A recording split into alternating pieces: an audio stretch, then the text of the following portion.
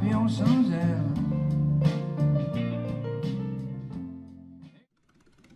Jackie Pichon, voulez-vous nous dire ce qui vous a amené, avec votre père, à recréer cette voiture, à lui redonner vie? 2 raisons sentimentales nous ont poussé à ressusciter la 40 chevaux des Rockers. D'abord, précisons que mon père était alors au bureau d'études des ateliers spéciaux de Renault et qu'il a participé à la création de cet engin prestigieux. Vous comprendrez qu'on ne peut vivre une telle aventure sans en conserver un souvenir enflammé. Depuis mon jeune âge, j'ai entendu parler de cet immense capot, de cet avion sans ailes. Souvent, j'ai pu contempler les documents, photos et dessins qu'il avait amoureusement conservés. L'autre raison est plus personnelle encore. C'est grâce à la 40 chevaux Renault que je peux vous parler en ce moment.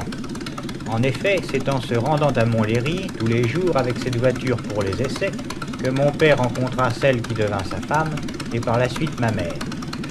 Ainsi, peu à peu, est née dans notre esprit cette idée de ressusciter le témoin de cette époque. De plus, il faut bien le dire, nous aimons beaucoup la mécanique. Voulez-vous nous dire, Jackie Pichon, comment vous vous y êtes pris pour recréer de toutes pièces une voiture qui a pratiquement disparu, qui a été détruite? La 40 chevaux des Records venait tout droit de la série. C'est-à-dire qu'on a prélevé sur la chaîne un châssis de 40 chevaux de tourisme normal qui a été transporté dans l'atelier spécialisé où justement était mon père. Là, il a été transformé, modelé pour en faire une voiture de record. 40 ans après, nous avons appliqué très exactement le même procédé. Nous avons acheté un châssis de 40 chevaux de série, le moteur, la boîte de vitesse, le pont arrière, et nous avons reconstitué la voiture des records.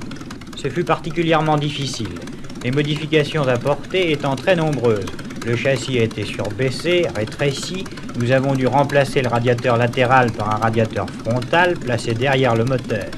Il fallut donc allonger la direction, puis rabattre sur le côté pour l'amener au centre de la voiture. Nous avons dû modifier les roues, ensuite faire les réservoirs, le carénage, la carrosserie, tous les détails, volant, cadran, caisse en simili-cuir, siège, tout a été modifié. Ce fut un travail considérable, nous y avons consacré près de 1000 heures. Mais n'est-ce pas formidable de revoir ce monstre, qui après tout n'est pas aussi laid qu'on a bien pu le dire, et qui reste le témoin de cette fabuleuse époque du record du monde, juillet 1926. L'aboutissement de cette aventure, c'est que la 40 chevaux Renault est ressuscitée, qu'elle est retournée à Montlhéry reconnaître le terrain de ses exploits, et qu'elle attend maintenant la visite de ses admirateurs et amis au musée de l'automobile de Clermps dans un cadre digne de ses hauts faits.